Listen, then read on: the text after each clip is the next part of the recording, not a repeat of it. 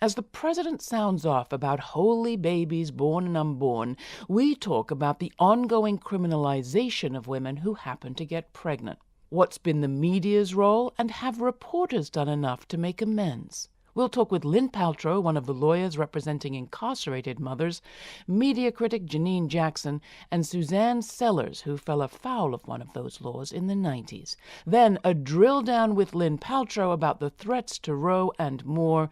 It's all coming up on the Laura Flanders Show, the place where the people who say it can't be done take a back seat to the people who are doing it. Welcome. It has been 46 years since the Supreme Court in Roe v. Wade recognized that women have a right to privacy in health decisions, including pregnancy and abortion. It is a privacy right that even conservatives then endorsed. But a backlash followed, which asserted that the fetus has rights too. And over the years, fetal personhood, so-called, has gradually been written into law such that in some states, women are held criminally liable for the outcome of their pregnancies. Jail time for stillbirths? The conservatives on today's courts could make matters much, much worse. The media haven't helped. Scary stories about mythological crack babies and drug-addled moms played into the hands of the criminalizers. But as this year dawned, the New York Times published an extraordinary 8-part series on women's rights and even issued an apology. I guessed immediately that it had something to do with one of my favorite guests on this topic, and so it did. There is a story here, not just about the pregnancy to prison pipeline, as we're calling it, but also how this important story migrated from the media's margins to the front page. To tell it, I am excited to welcome two friends, Lynn Paltrow, the founder and executive director of National Advocates for Pregnant Women, and my former colleague, Janine Jackson, program director at the Media Watch Group FAIR and host producer of FAIR's radio show Counterspin. Joining us from Chicago in just a bit, we'll hear from one of the mothers featured in the Times article who found herself on the wrong side of one of these laws. But first, Lynn, congratulations. I mean, I can't remember the last time. I don't think it's ever happened that I've done a show about something great that happened in the media. But this really was great, wasn't it? How did it happen? Well, people ask that, and sometimes they say, oh, who's your magical media person? But, for 30 years, we've been trying to show people what the connections are, that you can't have things in little packages that don't spread. So the idea that you could outlaw abortion and not have it affect women or the status of women as full human beings is a hard one to explain. And we've been trying to do that. Recently, I was fortunate to get an op-ed in the New York Times about what would happen if Roe went, and not just that abortion would be less available, but that women would go to jail, and that women are already going to jail, not just for having abortions, but for miscarriages and stillbirths, and not just for the outcome of their pregnancies, just for being pregnant. And pregnancy turns certain things now into a crime. If you're pregnant and you fall down a flight of stairs, you're pregnant and you want to have a home birth, you're pregnant and you disagree with your doctor's advice and don't believe a cesarean surgery is necessary.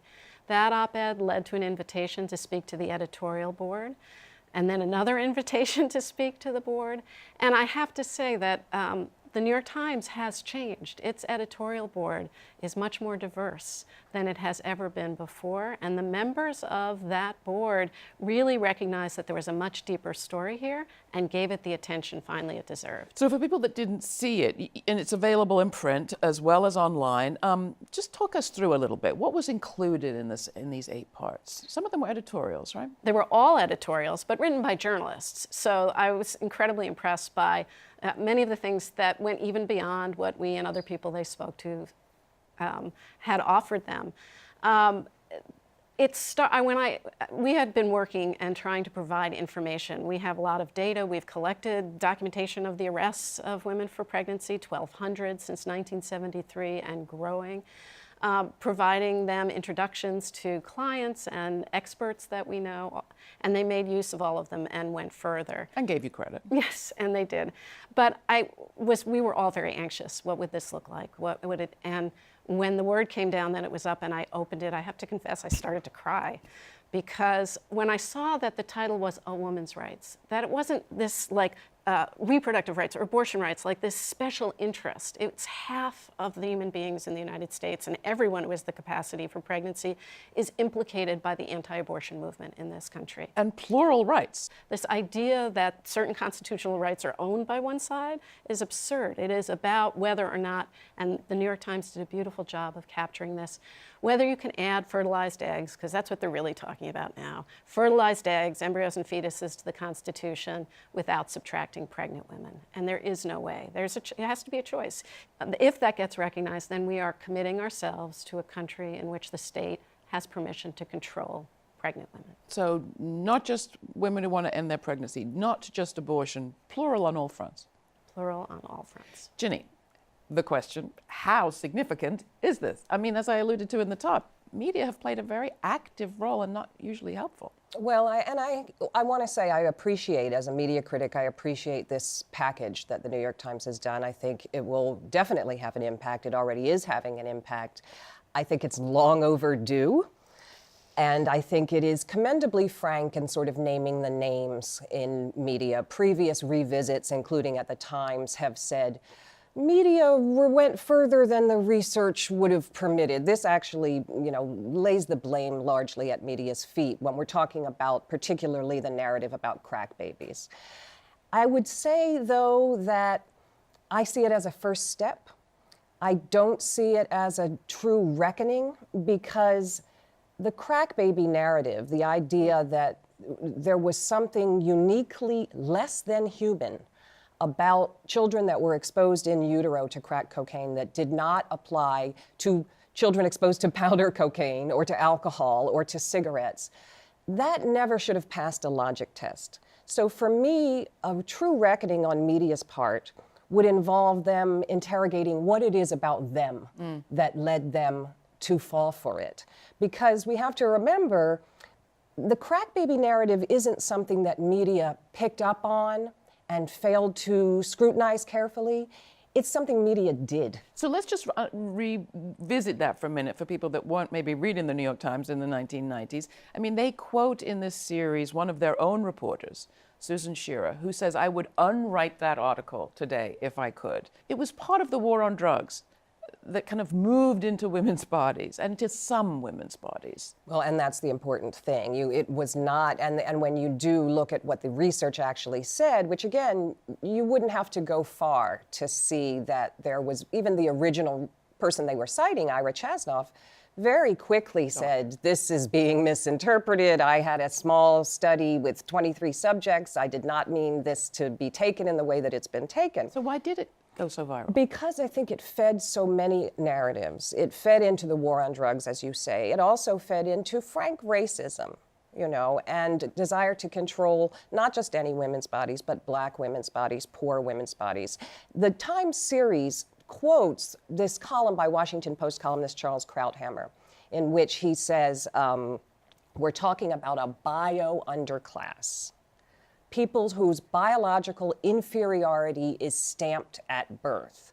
Now, this is huge, and this obviously is not science. This is narrative. This is editorial. And I appreciated the Time series quoting it. I wish they had gone on to say, though, that in that same column, Krauthammer went on to quote a guy, Douglas Besheroff, from the American Enterprise Institute. And what he said was, this is not stuff that Head Start can fix.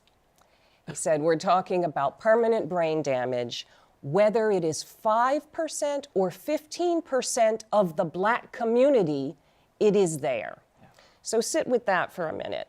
Because we know that you cannot distinguish babies just by looking at them, that were exposed to crack in utero, we're now saying maybe 15% of the Black community need to be treated as though they are biologically inferior. So, the repercussions, I think, are intense, and you can't undo just that. To re-describe the historic moment for a second, this is not just war on drugs, the incarceration, mandatory sentencing period of the early 90s, but also welfare reform, the doing away with federal supports for poor women on welfare who were framed as people of color when it really wasn't the case. It was a very particular political moment with lots of ramifications. War on crime, getting tough, All of those things. Well, one of the ways I put it to some journalists was, look, if they had come to you and said, there's a drug that white mothers are taking and it makes their babies stupid or it damages them and they're taking it anyway, would you have accepted that? Would you have reported it? Wouldn't you have interrogated that? But I think the other piece of this is women, and particularly white women, don't have this awareness until, for example, they're trying to give birth and somebody's forcing them to have a cesarean surgery and they're not being listened to or threatening to arrest them if they don't come in for it. This country was founded on the idea that some people can totally control the lives and bodies of other people. And it keeps happening, and it should not be a surprise that it extends beyond black people. It extends to low-income rural women. It is part and parcel of our culture. We should say that we invited the Times to send a representative to discuss this with us, and I wish they had. But in the absence of that, let's play a quick clip of one part of their reporting. This is a video about a client of yours, actually. You want to introduce it? The woman's name is Ann Bynum, and I think she'll be telling her story, but it's an example of mass criminalization. She has a pregnancy. It is a stillbirth. There's no question about it. And yet the community wants to have her punished, and so they come up with, there are innumerable crimes to choose from, and in her case, it includes concealing a birth at a moment when she has gone to the hospital with her stillbirth, and they arrest her. All right, thanks to the New York Times. Check it out. When I woke up that morning, after I was aware enough to think, I drove myself to the emergency room with the remains in the front passenger seat.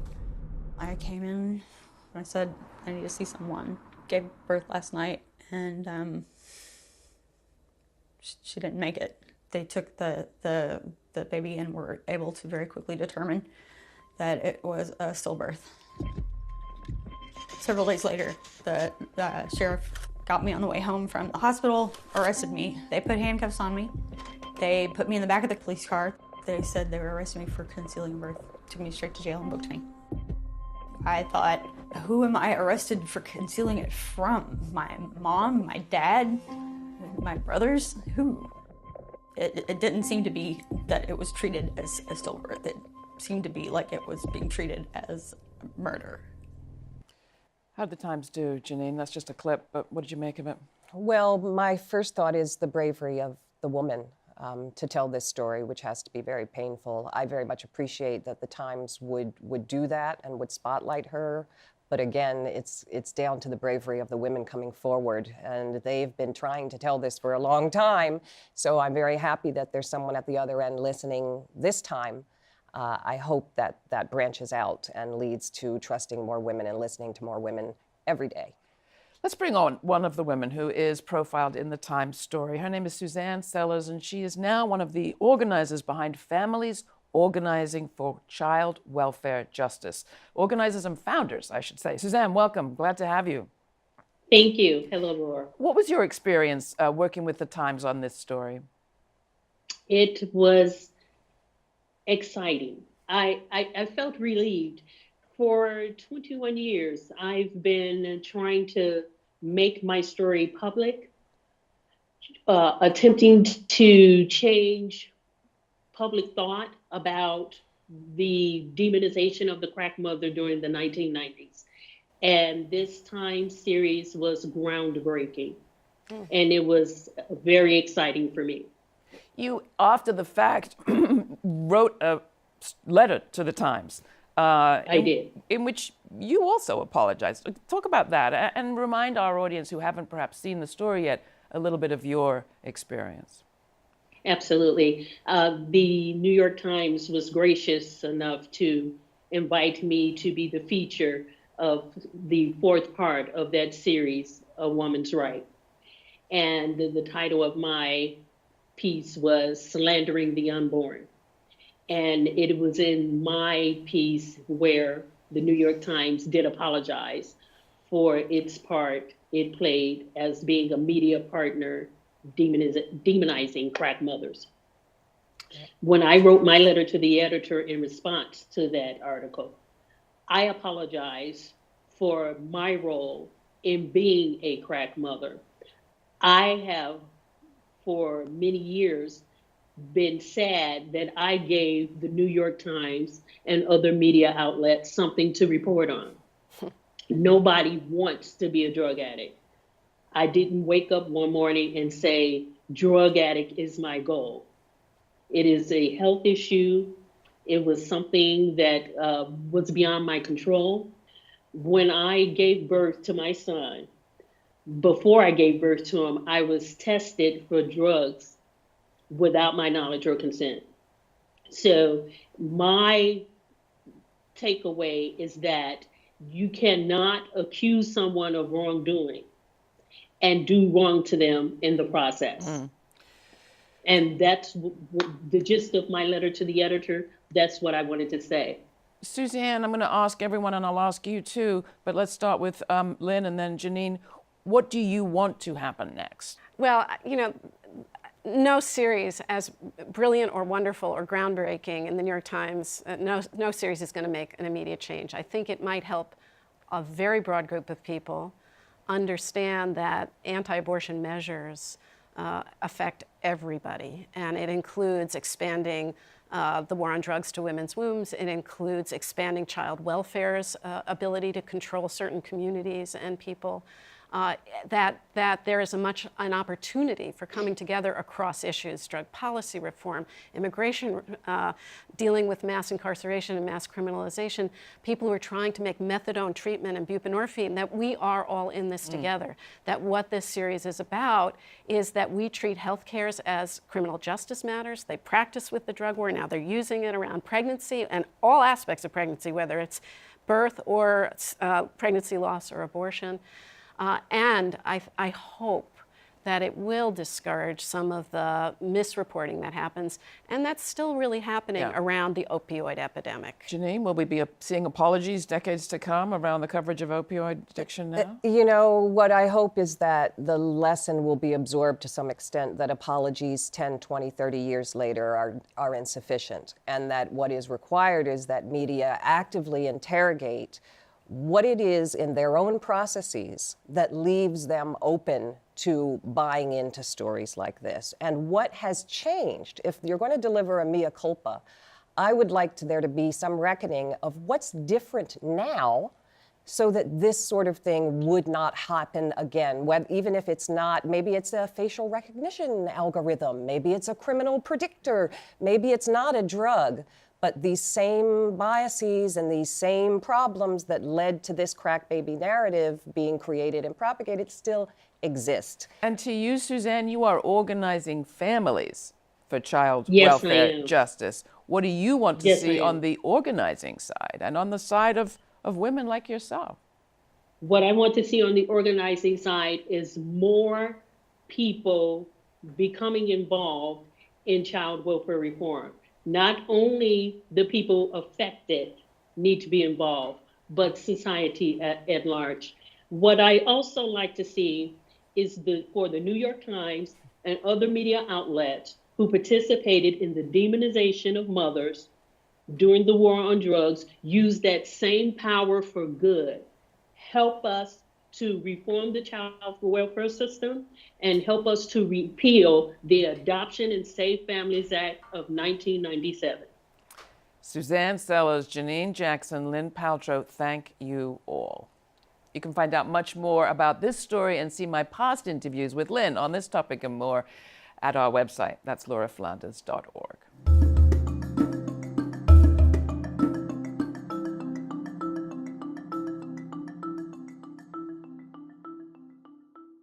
With a reactionary majority on the Supreme Court and a newly anti-choice president, what is in store for Roe v. Wade and women's rights across the board? With Lynn Paltrow in studio, I took the opportunity to drill down. It's Roe v. Wade's 46th anniversary this year. What are we looking at? How are you looking at this situation? And what do we need to be talking about? Well, there are two parts. There's the part where there really is a risk that this court will overturn Roe v. Wade. On the other hand, there's an awful lot of terrible things that are happening, even with Roe on the books. So there's a need for organizing and reframing and engaging in a serious discussion about what is equality mean for half of the people in the United States who have the capacity for pregnancy. Reframing how? Well, we don't really have an agreed upon idea of whether we're calling it equality or fairness or dignity. But for example, if we want to get health care for everybody, the first thing they're going to oppose, even if we got that far, is, but not abortion and not contraception and not the health care half of the human beings need in the United States. And we have to get beyond that. The survival of the species depends on making sure that the people who can get pregnant can get the health care they need, whether it's respectful births, safe births, reduce the horrifying maternal mortality rates, particularly for Black women. All of that has to be addressed, but we have to have some increased shared vision that equality means everybody, including the people who can get pregnant. And how do we understand the sort of ranks and what they believe? People on different sides. There are people, even in the discussion about fetal personhood and prosecuting women for what happens during their pregnancy, there are people that say, listen, we're just looking after babies. It's about child welfare. They make a case this is somehow well-intentioned, and they don't actually want to be sending women to jail, let alone death. There is no way to give fertilized eggs, embryos, and fetuses or treat them as if they're completely separate and have really more rights than actual people who are born without establishing a permanent second-class status for pregnant women or women. So do people who are maybe Trump voters or Kavanaugh supporters or Neil Gorsuch supporters know that that's what they're signing up for?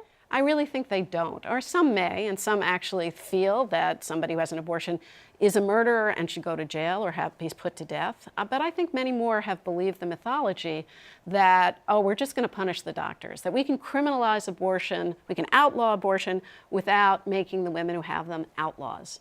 And that's just not how it works. And plus, once you do that, then any woman who does anything that is perceived as potentially causing the death of a fetus, as we see here and in El Salvador and around the world, then they too are criminals. Right here in New York City, there's a trial court that said the decision by Staten Island University Hospital to take custody of Renate Dre, appropriate her, and force her to have cesarean surgery, and in the process damage her bladder, that was okay, or might be okay, because New York still has a self-abortion law, as a criminal self-abortion law, and her refusal of cesarean surgery is tantamount to having an illegal abortion.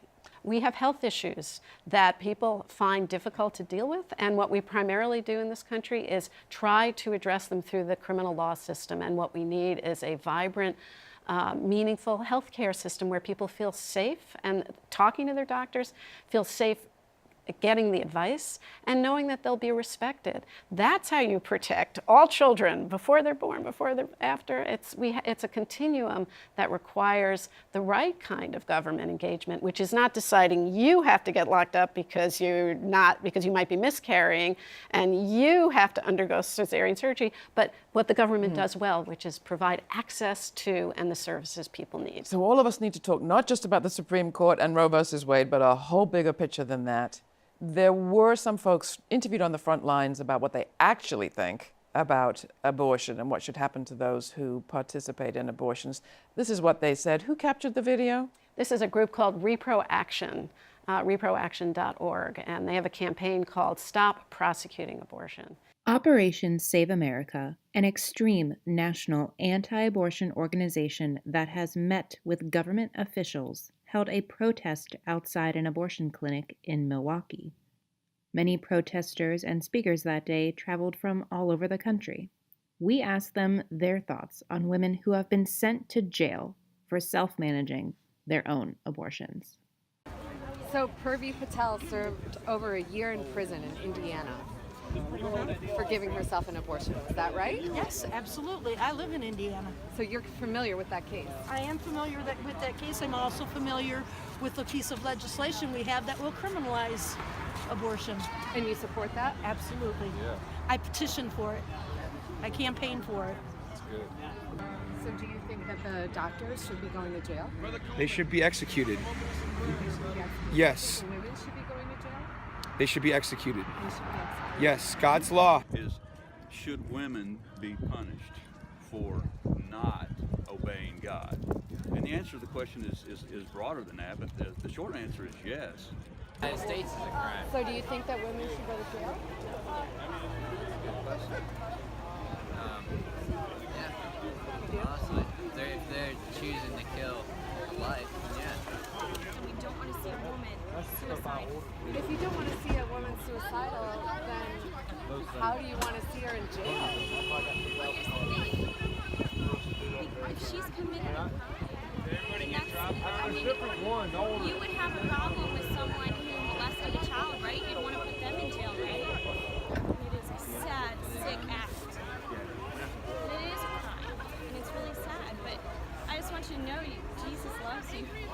And what about people who say that women should go to jail for having abortions? Do you think that's right? Women should get the death penalty for having abortion. No, women should not go to jail. The people that killed the baby should go to jail. The doctors, because they committed a murder. The women murdered, the women too, they are accomplices to murder. Yeah. They know it. And what we add to that is if Roe goes, Roe has given us something to work with, because what Roe did, in addition to saying that abortion was protected, that abortion, you couldn't outlaw abortion, it said that at all stages of pregnancy, the woman is a full constitutional person and the fetus is not. Fancy that. From one constitutional person to another. Thank you so much, Lynn Paltrow. You can find out more and see our entire conversation on this topic at our website.